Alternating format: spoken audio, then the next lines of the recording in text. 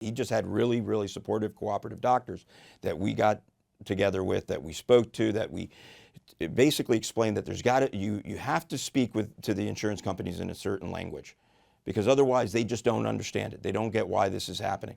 And they will just, and sometimes it's not even a matter of just not understanding. They just will willfully just not pay the claim because it's not fitting the box they want it to fit in. And they see that the claim is vulnerable for that reason. Not only that, but it was a high benefit case. It's a high monthly benefit amount. So they're going to put it through more scrutiny generally. Hi, I'm attorney Greg Dell, joined by attorney Stephen Jessup and Cesar Gavidia. And Cesar, we want to talk today about one of your recent resolved cases against Northwestern Mutual, one of the mid-sized disability insurance companies. In these videos, we love to talk about what you were able to do for the client, why the company denied them, and some tips for people to take away so that they can be in a better position to get their benefits paid. So give us the background of this case. So our client was a civil engineer. He ran his own company, had a partner. They worked together for many years. He took out this disability insurance policy. It's an individual disability policy. So it's one he bought from a Northwestern Mutual agent who was selling these policies. And it was specifically designed for him to insure him in his regular occupation. So it's what we describe as, those occupation-specific disability policies, right? That focuses on what your essential duties are at the time that you become disabled. Well, around 2022, he started developing, and he'd already kind of been struggling with some of these things, but had been pushing through these symptoms, but a lot of fatigue, a lot of cognitive fog, a lot of widespread pain. And he was going to, doctor after doctor, and finally found a rheumatologist, a very specialized doctor, who ran him through a battery of tests that found that he had aside from just chronic long-term fibromyalgia, that he was suffering from this really strange and kind of rare rheumatological degenerative disease. Okay, and the findings on this test showed that the lab work and the blood work was he was positive for this seronegative finding or thing in the blood work.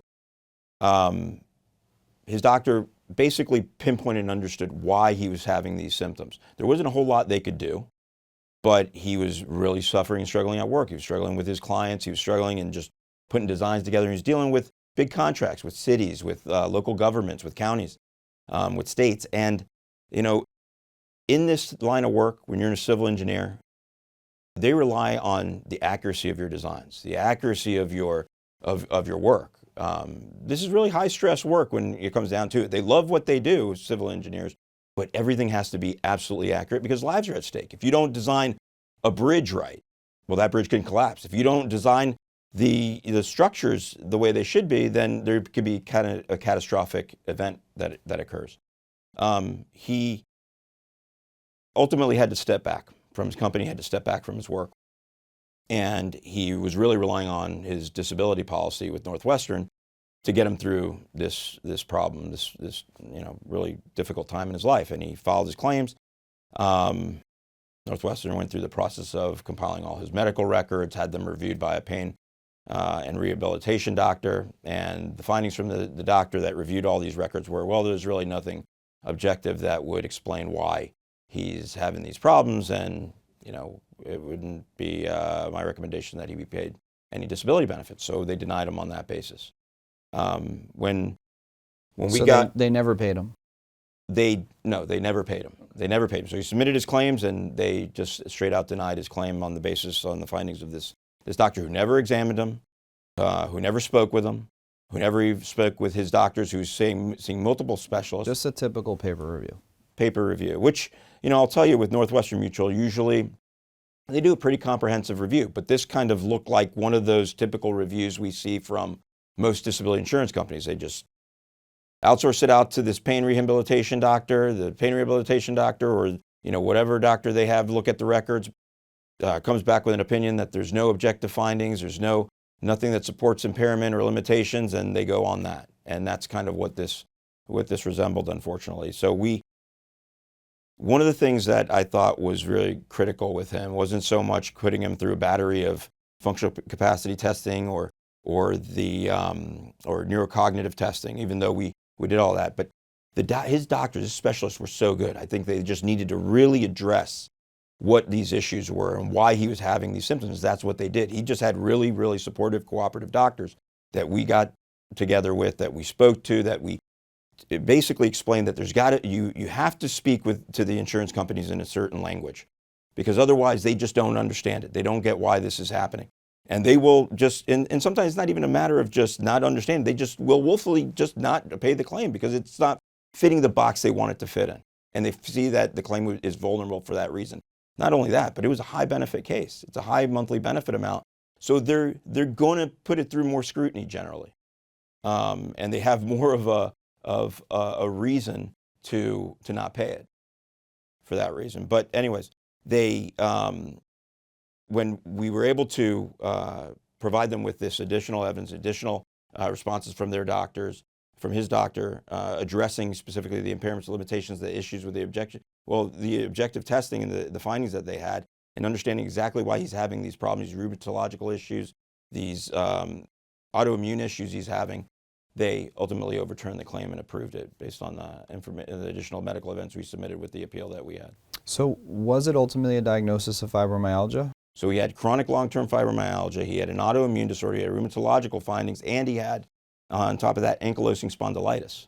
So he had all of these conditions, and still that wasn't sufficient enough for them to say, okay, we understand why you're struggling with these symptoms, but it's almost a matter of, they see this as diagnosis doesn't equal disability. Just because you have all these, named conditions or these diagnoses, it doesn't mean you're not disabled. We don't understand why you're not capable of still going out and functioning. You're a civil engineer. What is it that you do? Well, that's your responsibility, Northwestern, to look at those specific duties, to understand what is it involved and required in his job, in his occupation. Steve, we hear this expression, and we say it also, that diagnosis doesn't equal disability. Can you break that down a little bit? Why is it important for someone who's seeking disability benefits to really understand why diagnosis doesn't equal? Yeah, so it's this concept that you can have a medical condition. More often than not, insurance companies will say, all right, we'll give you the diagnosis. We'll agree with your doctors that's what you have. Their position is, we just don't think it's that bad. So you may have the diagnosis, but the insurance company, for purposes of disability as in the policies, it's not raising to a level that should result in restrictions and limitations. So, I've discussed this with a client just yesterday, actually, when we were discussing additional, objective testing we may want her to do. And she's like, well, my doctor doesn't think it's necessary. Well, your doctor doesn't think it's necessary for your treatment, like functional capacity examinations or neuropsychological exams. It's not necessarily something your doctor would want to do for your treatment in a lot of situations, but it's forensic in nature. It's what we want to use, legally speaking, medical information to be able to establish, to draw the nexus between your diagnosis and how it's resulting in the disability. So I think a lot of people need to understand, even though in some situations where the doctors aren't sure exactly what's going on, and insurance companies will attack that, but at the end of the day, the insurance companies are not so much concerned about what your diagnosis is. They're more, in my opinion, looking at if there's any information to support how it would impair you from working. So just having the diagnosis is not going to get you disability. Now, some conditions, it's usually more likely, obviously, but for all intents and purposes, your doctors, like Caesar said, have to be able to communicate effectively how the conditions are impacting you in this workplace environment. I think that's the art and the fundamentals of the services that we provide, that a lot of people get their policies. For example, this was a Northwestern Mutual private policy. This person went through an application process and simply wrote down his medical history, answered questions about where he's from, his date of birth, his earnings, his occupation, did one blood test, right? Had someone come over and take his blood pressure, and they sold him the policy. And it was that simple, and he paid premiums for years. And so then when it came time to file, and he sends in and goes, here's my diagnosis, you assume you turn it in, your doctor says, yeah, you have this diagnosis, I think you're limited at work, and you get paid. But we know it doesn't happen like that. It takes so much more, and the so much more really enters into this world of forensic proof, because you also just said, Stephen, that it's not about, the doctor just saying, yeah, you're disabled. You've got to show why. And the doctor may say, I don't need this test. You're telling me you have these symptoms. I don't need a test to tell me otherwise. That test may not show me anything. But the disability company goes, no, we need the test. Well, disability company, you need the test, but the doctor doesn't need the test to treat the patient. So who's treating who here? And why, insurance company, are you making the judgment call on whether or not this person go back to work versus the treating doctor? And that's the clash that we have every single day. So you have to know how to advocate for yourself and obtain the evidence that's going to rule the day to persuade the insurance company. Now, Caesar, this was fantastic that you won at the appeal level. Now, I don't even think Northwestern required an appeal of this particular claim, but rather than tie this particular client up in litigation for a minimum of a year to 2.5 years, you were able to, based upon your past experience, say, let me take another shot for you and see if we can appeal the denial and get someone else at the company to say, hey, here's more evidence. Let's avoid making our client wait years and years and years to get paid. Can we get this done now? And that was tremendous that you were able to do that.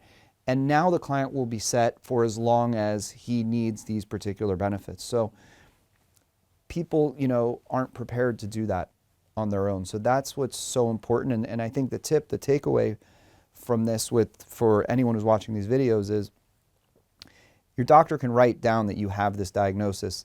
That in itself is not going to it's either going to get you denied, but it's never going to get you approved.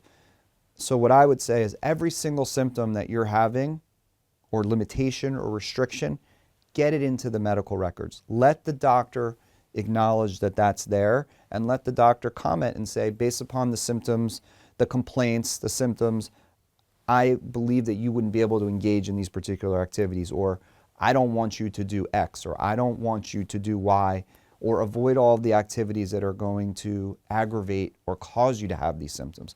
And very often, all of the things that you do in your job or any job is going to bring about those symptoms. Hence, you can't do those duties. But what we see day in, day out is those things are not in the medical records. And we always say, if it's not in the medical records, it doesn't exist. I don't care what you as a claimant tell your insurance company. If it's not in the records, they're going to act like it doesn't exist. Basically, almost to say that you as the claimant, your word has almost no value. I may be going a little extreme here, but it has very little value. And the interesting part was when because I got on the phone with our client's doctors and I spoke with them, and they couldn't believe that he hadn't been approved for disability. They understood the full spectrum of the symptoms he was experiencing. They never questioned that for a moment. They prescribed some very serious medications too that were, to just help him resolve, at least to some degree, the pain, just to get him through his days.